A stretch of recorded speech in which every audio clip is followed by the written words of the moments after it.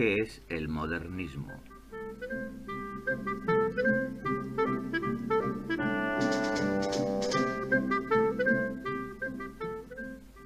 A caballo entre los últimos suspiros del siglo XIX y los primeros alientos del XX, surge un amplio movimiento artístico que manifiesta claramente su voluntad de ruptura con todo el arte anterior.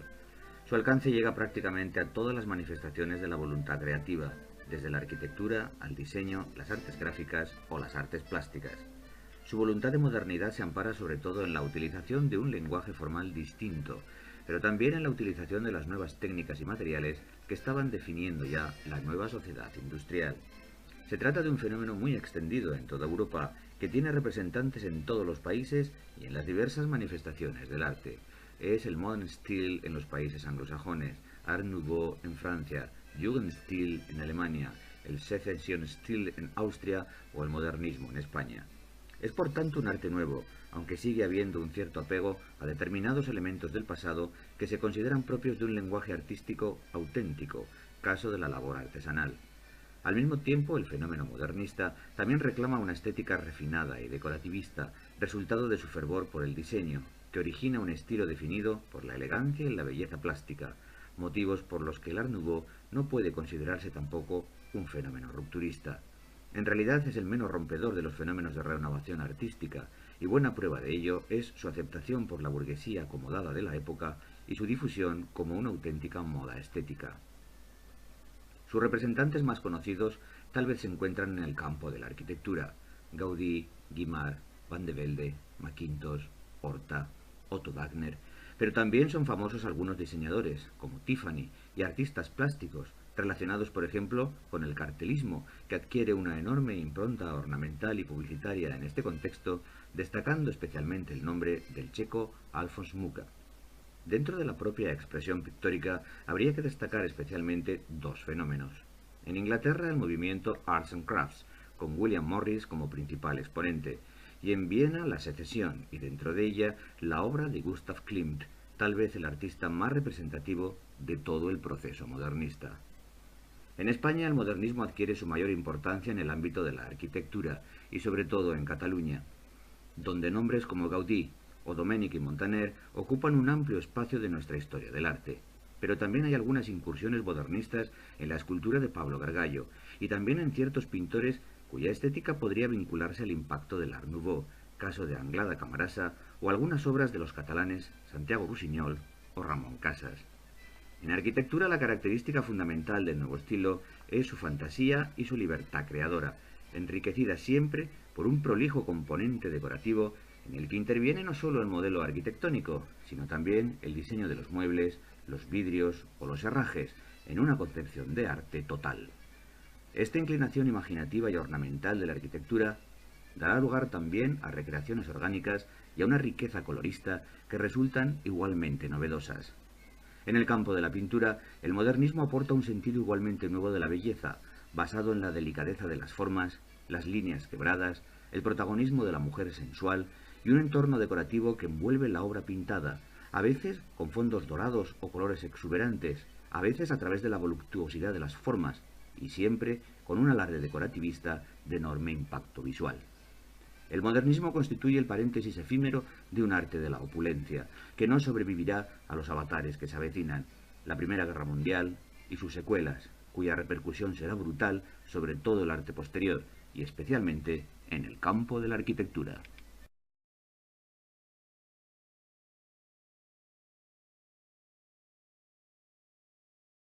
En la segunda mitad del siglo XIX se producen una serie de movimientos artísticos que van fraguando progresivamente las bases de lo que será la pintura contemporánea.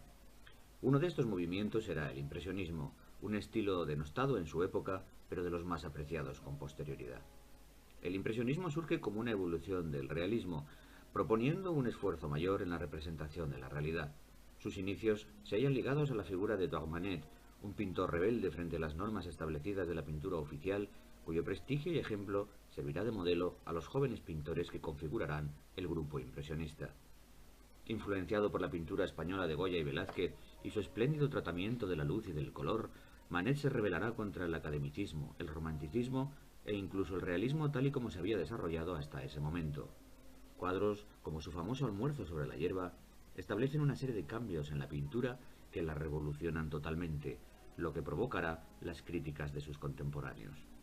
No obstante, otros jóvenes pintores le siguen en su aventura, especialmente Claude Monet, al que acompañan nombres como Auguste Renoir, Frédéric Bazille, Alfred Sisley, Camille Pissarro, Paul Cézanne, Berthe Morisot y Édard Degas.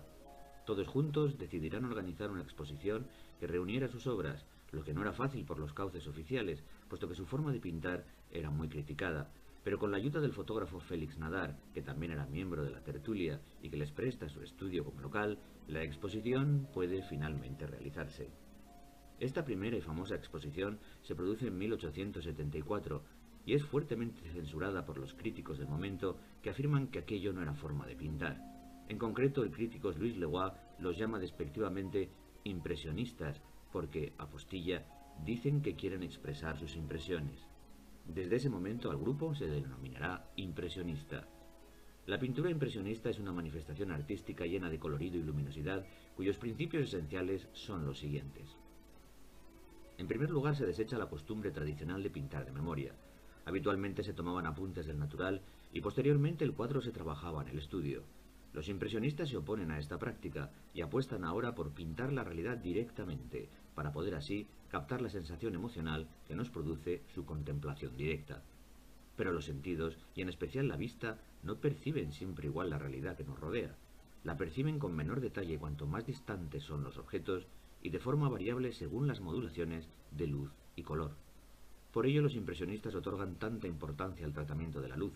La luz modela las formas y hace variar los colores. Por lógica, el elemento consustancial a la pintura e íntimamente ligado al tratamiento de la luz será el color. La realidad es color, la pintura es color, un color que puede variar en función de la luz. Así dicen ellos mismos, un árbol es distinto un día lluvioso o un día de primavera. El tratamiento del color en la pintura impresionista es, por tanto, esencial. Al fin y al cabo es el recurso con el que representar la luz sobre el lienzo, y por eso en las pinturas impresionistas todo el cuadro se llena de color. La aplicación de este color en la pintura supone importantes novedades técnicas. En primer lugar, debe aplicarse por medio de una pincelada suelta, libre y extendido en amplias manchas, para que así resulte intenso y lleno de fuerza y nos impacte visualmente. Para lograrlo deciden además sombrear con color, es decir, evitar el gris como elemento de sombra y sustituirlo por colores que combinen con los que le rodean. Y lo que aún es más importante y novedoso, la mezcla de los tonos no se realiza previamente en la paleta y se aplica sobre el lienzo, como se había hecho a lo largo de la historia, sino que debe de realizarla el propio ojo al mirar el cuadro. Los colores para ello se aplican superpuestos sobre el lienzo y se combinan en nuestra retina, con lo que consiguen una mayor intensidad y fuerza.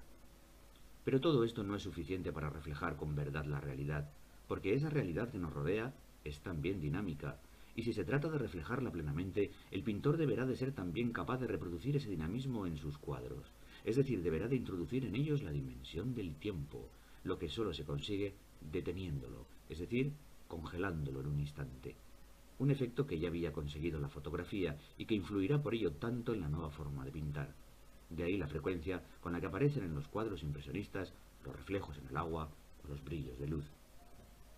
La técnica idónea para plasmar esta dinámica de la instantaneidad sigue siendo la misma que para la aplicación del color, la de una pincelada espontánea, suelta, libre y además muy gruesa y empastada, de tal manera que de una forma cada vez más frecuente y descarada, formas y objetos se reducen a simples puntos y manchas de color, que sólo adquieren verosimilitud contemplados en la distancia. Por todo lo dicho, el impresionismo será un arte subjetivo. Al fin y al cabo, las sensaciones son personales, y ese será uno de los aspectos de su crítica posterior. Es un arte hecho exclusivamente a partir de la visión, y no de la interpretación intelectual, y es por ello tachado de superficial. Así, Apollinaire, en una presentación de Prague, hablará del periodo impresionista como una época de ignorancia y frenesí, y el propio Picasso, ante una exposición impresionista, exclamará: «Aquí se ve que llueve, se ve el sol que brilla, pero no se ve la pintura por ninguna parte». A pesar de todo, su aportación a la pintura contemporánea resulta incuestionable, en primer lugar por la propia belleza de sus obras y su espléndida luminosidad, pero también por sus aportaciones técnicas, la importancia dada al color, la técnica de mancha y un concepto más libre de la creación pictórica que que abrirá las puertas a futuros ensayos plásticos, hasta desembocar en las múltiples tendencias de la pintura contemporánea.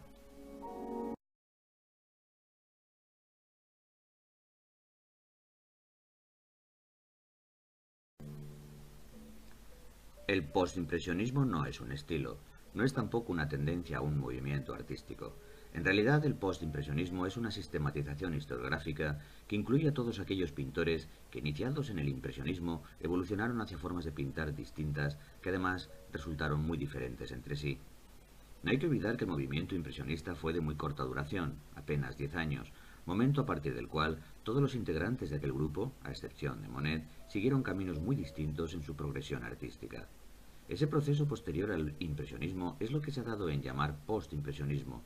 Por ello mismo recopila la obra de artistas como Degas, Renoir o Cézanne en su etapa posterior a la impresionista, la de Van Gogh o Gauguin, cuyo paso por el impresionismo fue mucho más breve, o la de Toulouse-Lautrec, que apenas vivió esta etapa impresionista.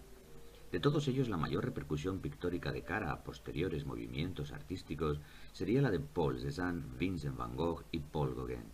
El primero influirá de forma determinante en la aparición del cubismo, Van Gogh en el desarrollo de los expresionismos del siglo XX y Gauguin en el surgimiento del fauvismo. El caso de Cézanne es bien significativo para entender los nuevos derroteros de la pintura contemporánea.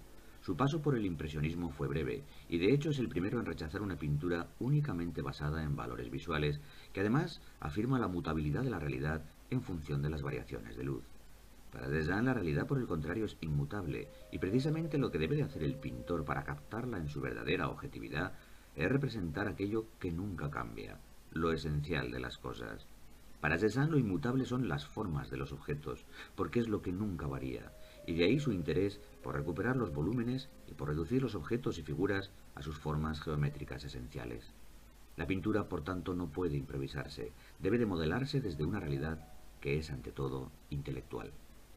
De ahí su enorme repercusión sobre la obra de Picasso en concreto y sobre el cubismo en general, pues fue Cézanne el primero en defender la volumetría de la figuración por encima de los efectos de luz y por darle a la pintura una concepción intelectual y no simplemente sensorial. Van Gogh es un caso singular. Su compleja personalidad y su biografía atribulada le otorgan un carácter especial y único a su pintura, que se compone principalmente de su intensa vida interior, tal y como ocurrirá con el expresionismo posterior. Para Van Gogh el lienzo es el espacio en blanco sobre el que desahogar sus penurias y fracasos, su frustración y su locura. Tampoco le atraen las ilusiones ópticas. Lo que realmente le interesa es reflejar su mundo interior. Por todo ello, en los cuadros de Van Gogh, la imagen tiende a retorcerse y deformarse. Los colores resultan estridentes y el ritmo de las pinceladas irregular, agitado y convulso, lo que en conjunto crea una atmósfera febril y exasperante. Consigue Van Gogh de esta manera que el cuadro tenga vida por sí mismo. Es el cuadro el que vibra, el que se agita y convulsiona, el que clama las dolencias de su autor. Pero la obra por sí misma, no por lo que representa. A partir de este momento, la pintura no representa, es. La obra de Gauguin será muy diferente, pero seguirá este mismo principio establecido por Van Gogh, el de la plena autonomía del arte.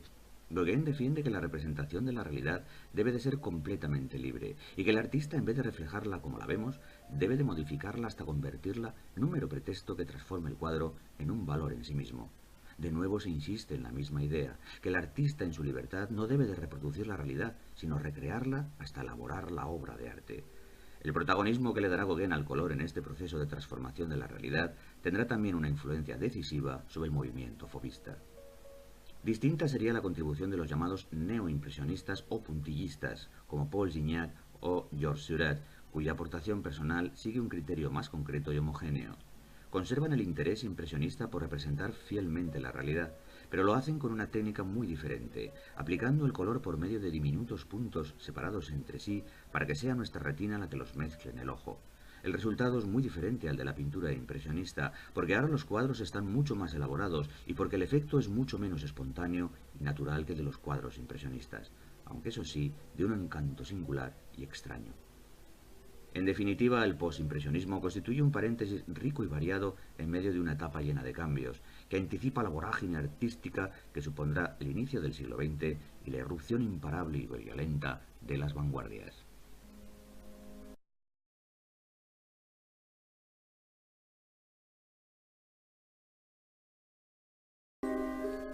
Coincidiendo con el desarrollo del fauvismo, nace un nuevo movimiento artístico localizado preferentemente en Centro Europa que llamamos expresionismo. Se trata de una más de las vanguardias artísticas que se desarrollan en Europa en el primer tercio de siglo, con su componente de experimentación plástica e innovación creativa. Los expresionistas dan prioridad a la plasmación en imágenes de los estados de ánimo y, por tanto, de la vida interior del artista, normalmente en un tono patético que tiende a denunciar las carencias de la sociedad y la angustia ante la vida. El recurso expresivo para que esa denuncia sea realmente impactante en el espectador será la distorsión de la realidad, deformándola hasta extremos a veces grotescos. Tanto es así que no importa introducir en el cuadro la fealdad como elemento artístico con tal de acentuar su fuerza expresiva. Los orígenes de esta tendencia se encuentran frecuentemente en la historia del arte, si bien el expresionismo exagerado, con una intención de exteriorizar el mundo interior y la denuncia social, tendría como primeros heraldos las pinturas negras de Goya y una gran parte de la obra de Van Gogh. Una referencia mucho más cercana al expresionismo como vanguardia se encuentra no obstante en la obra del pintor noruego Edvard Munch, que ya utiliza la distorsión de las formas y la irrealidad del color para potenciar la fuerza expresiva de sus figuras, que adquieren habitualmente un carácter dramático de desesperación vital. El expresionismo hay que encuadrarlo cronológicamente entre 1905 y 1933. En 1905 nace el primer grupo propiamente expresionista llamado Die Brücke, el puente, porque sus fundadores querían vincular el pasado con el futuro. Lo forman 4 estudiantes de arquitectura de Dresde, Alemania, entre los que destaca Ernst Ludwig Kirchner, que aprovecha la fuerza expresiva del color tal y como lo habían utilizado los Fauves, es decir, de forma autónoma y desvinculado de la representación real de las cosas. Aunque se trata de un estilo muy diferente, porque su agresividad no es meramente visual, sino sobre todo intelectual, al potenciar la crítica social y política. Más adelante nace un segundo grupo expresionista, Der Blaue Reiter, el jinete azul, nombre procedente de un almanaque que habían realizado los 2 miembros más sobresalientes del grupo, Wassily Kandinsky y Franz Marc, así como de su mutuo interés por los caballos y el color azul. A ellos se sumarían también Paul Klee y August Macke. El movimiento expresionista, de por sí profundamente crítico con la sociedad tal y como estaba establecida, tendrá un motivo definitivo de inspiración en las consecuencias que tuvo la Primera Guerra Mundial.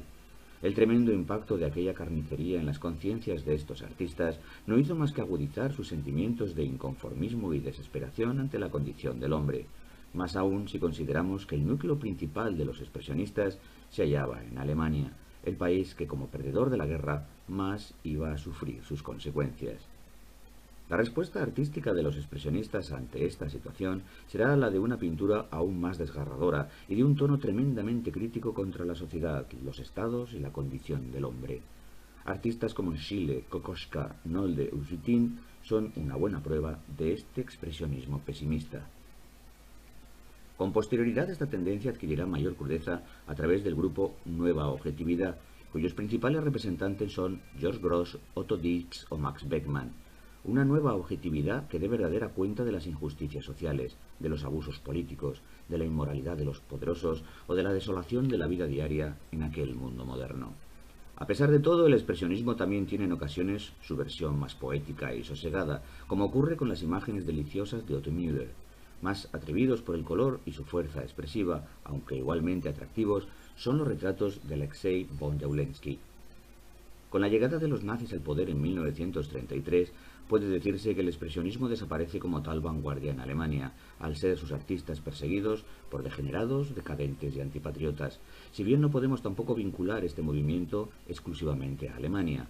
También hubo muestras expresionistas en otras partes de Europa, y así el mismo Picasso tuvo también su etapa expresionista, sin olvidar las muestras de este estilo en otros puntos de Europa.